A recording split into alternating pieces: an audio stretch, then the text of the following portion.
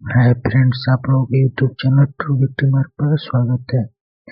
हमने पिछले वीडियो में देखा कि यूरोपियों का आगमन भारत में और उसका पीवाईक्यू भी देखे थे। तो इस वीडियो में हम बंगाल में अंग्रेजों का प्रभुसत्ता देखते हैं। तो इसमें 1717 ईस्वी में मुर्शिद कुली खां बंगाल का सूबेदार यानी कि नवाब बनता है। अब इसने क्या क्या काम किया था? इसने ढाका के स्थान पर मुर्शिदाबाद राजधानी बनाया था बंगाल का। ठीक, इसके बाद बंगाल का ये पहला नवाब था जिसने अंग्रेजों द्वारा दस्तक या अधिकार का दुरुपयोग किया था। अब इसकी मृत्यु 1727 ईस्वी में हो जाती है। फिर नवाब कौन बनता है? तो सुजाऊ दौला। तो सुजाऊ दौला नाम एक जगह और आता है, अवध के नवाब, तो उसे आप कंफ्यूज मत होइएगा, ठीक है। तो 1727 ईस्वी में बंगाल का ये नवाब बनता है सुजाऊ दौला। इसके बाद इसने 1732 में अलवर्दी खां को बिहार का उप सूबेदार नियुक्त कर देता है। अब सुजाऊ दौला का 1739 में मृत्यु हो जाती है। तब इसका पुत्र सरफराज खां नवाब बनता है। ठीक, 1739 में सुजाऊ दौला की मृत्यु होती है, सरफराज खां नवाब बनता है बंगाल का। ठीक, अब क्या होता है कि 1740 ईस्वी में सरफराज खां को हराकर अलीवर्दी खां, जो बिहार का उप सूबेदार था, अब ये बंगाल का नवाब बन जाता है। 1740 में इसकी जो है इसमें इसका भाई सिराजुद्दौला 15 जून 1756 में ये बंगाल का नवाब बनता है। सिराजुद्दौला, ठीक है, ये सुजाऊ दौला, तो इसमें भी कंफ्यूजन नहीं रखें। अब एक घटना सिराजुद्दौला के समय होती है, काल कोठरी की घटना। 20 जून 1756 ईस्वी में एक छोटा सा कमरा रहता है जिसमें लगभग 125 अंग्रेज को उसने एक ही में कमरे में बंद कर देता है और दम घुटने से उसमें आधे से अधिक लोगों की मृत्यु हो जाती है। तो वही काल कोठरी की घटना होती है। इसका उल्लेख हालवेल नामक अंग्रेज ने किया था। ठीक है, तो एक क्वेश्चन पूछा जाए, काल कोठरी की घटना सिराजुद्दौला के समय हुई थी। अब एक महत्वपूर्ण लड़ाई होती है प्लासी का युद्ध, 23 जून 1757 ईस्वी को। ये किसके बीच होती है? तो अंग्रेज गवर्नर क्लाइव और सिराजुद्दौला के बीच होती है। तो जो सिराजुद्दौला था ये पराजित हो जाता है। क्यों पराजित होता है? कि प्लासी के युद्ध में इसका ही सेनापति, सिराजुद्दौला का सेनापति मीर जाफर रहता है। तो वो पहले से ही क्लाइव से उसकी साठगांठ रहती है। तो युद्ध के मैदान में मीर जाफर अपनी सेना लेकर हट जाता है। अंत में सिराजुद्दौला पराजित हो जाता है। ठीक, अब इसका महत्व क्या है? प्लासी के युद्ध का महत्व। तो भारत में अंग्रेजी प्रभुसत्ता की नींव प्लासी के युद्ध के बाद ही बनती है। और प्लासी के युद्ध के समय मुगल सम्राट जो दिल्ली में थे वो कौन था? तो आलमगीर द्वितीय था। ये 1754-1758 तक मुगल सम्राट बना रहा।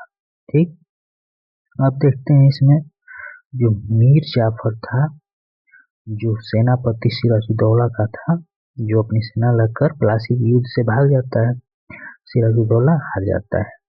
तो अंग्रेजों ने उसकी साठगांठ थी। तो अब क्या अंग्रेज करते हैं? मीर जाफर को बंगाल का नवाब बनाते हैं। ठीक, अब क्या होता है? क्लाइव वापस चला जाता है इंग्लैंड।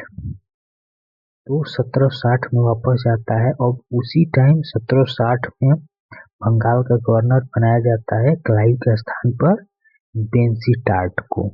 इसको बनाया जाता है बेंसीटाट को। ये 1764 तक रहता है, ठीक है। अब क्या करता है कि मीर जाफर को वो ज्यादा इससे जो है मनमुटाव हो जाता है, तो क्या करता है कि उसी का दामाद होता है मीर कासिम, मीर जाफर का दामाद मीर कासिम होता है। तो बेंसीटाट ने अब मीर कासिम को क्या करता है, गवर्नर बनाता है बंगाल का, सॉरी उसका जो नवाब बनाता है मीर कासिम को। अब मीर कासिम क्या किया, ये कंपनी को बर्धमान, मिदनापुर और चटगांव का दीवानी अधिकार दे देता है। कौन? मीर कासिम अंग्रेजों को। अब क्या है कि मीर कासिम क्या करता है कि मुर्शिदाबाद बंगाल का जो राजधानी होती है, अब उसे ये मुंगेर जो बिहार में पड़ता है वहां पे राजधानी बना देता है। अब मीर कासिम जो है मुंगेर में तोपखाना, बंदूक निर्माण ये सब कार्य कराता है, ठीक है। नेक्स्ट इसमें है 1763 ईस्वी में मीर कासिम ने क्या किया कि संपूर्ण बंगाल को व्यापार कर से मुक्त कर दिया, यानी कोई भी आए बंगाल में व्यापार करे बिना कर दिए हुए। इससे अंग्रेज दुखी होते हैं और क्या करते हैं, मीर कासिम को हटाकर और मीर जाफर को पुनः नवाब बना देते हैं, ठीक। अब इसके बाद क्या होता है, 1764 में बक्सर का युद्ध होता है, बहुत महत्वपूर्ण युद्ध है ये। 23 अक्टूबर 1764 को बक्सर का युद्ध होता है।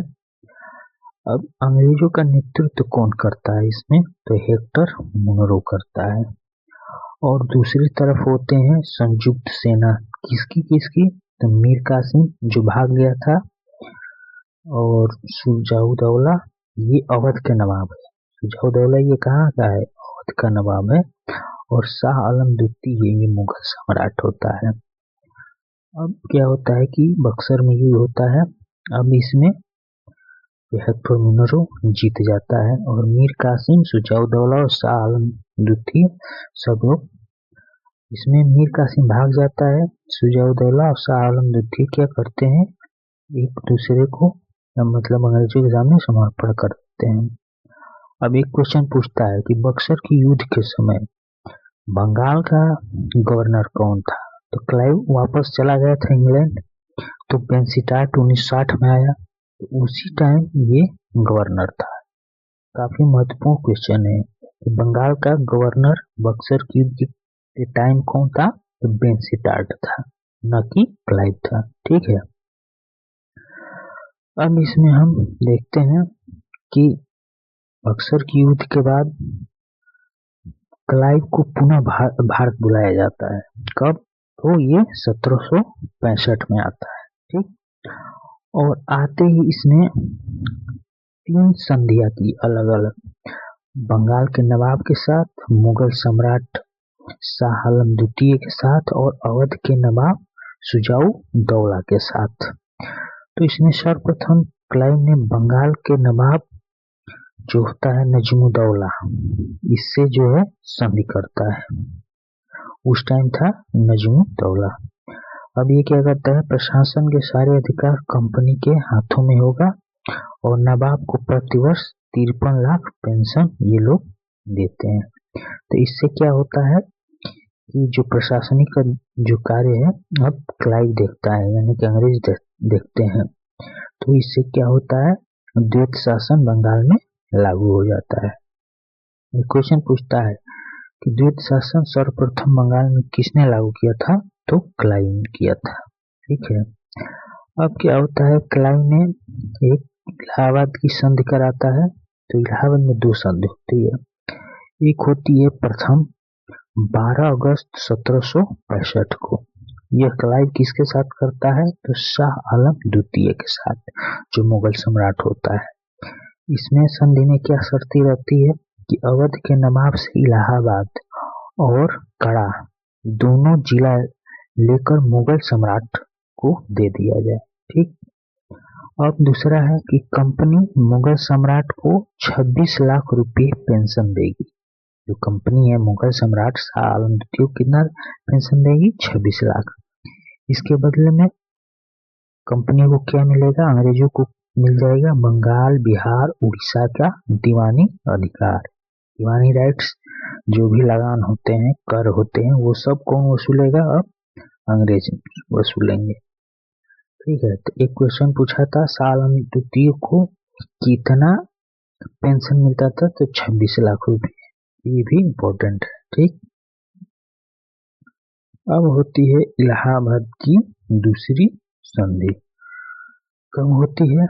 ये होती है 16 अगस्त, 4 दिन बाद, 16 अगस्त 1765 को।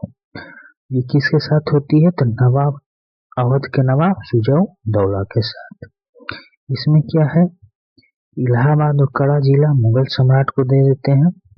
ठीक, अवध के नवाब पर हर्जाने के रूप में 50 लाख रुपये और चुनार के किला कंपनी को देते हैं। यानी कि अंग्रेज ले लेते हैं 50 लाख रुपये अवध के नवाब से और चुनार का किला। ठीक, अब क्या है कि कंपनी को अवध में भी कर मुक्त व्यापार करने की जो है छूट मिल जाती है। फिर अवध में अंग्रेज सेना रहेगी और इसका खर्चा अवध का नवाब सुजा-उद-दौला देगा। ये दूसरी संधि की शर्तें रहती हैं। अब क्या होता है कि जो 1765 में बंगाल में द्वैत शासन लागू हुआ था क्लाइव द्वारा, वो हटाया जाता है 1772 में वारेन हेस्टिंग्स द्वारा। ये बंगाल का गवर्नर बनकर आता है क्लाइव के बाद। तो इस तरह से एक क्वेश्चन पूछा जाता है कि बंगाल में द्वैत शासन का अंत कब होता है? तो 1772 में। किसके द्वारा? तो वारेन हेस्टिंग्स के द्वारा। ठीक, तो इस तरह से हमने बंगाल में अंग्रेजी के बारे में देखे। नेक्स्ट वीडियो में हम जो है इससे आगे देखते हैं। तब तक के लिए थैंक यू फॉर वॉचिंग।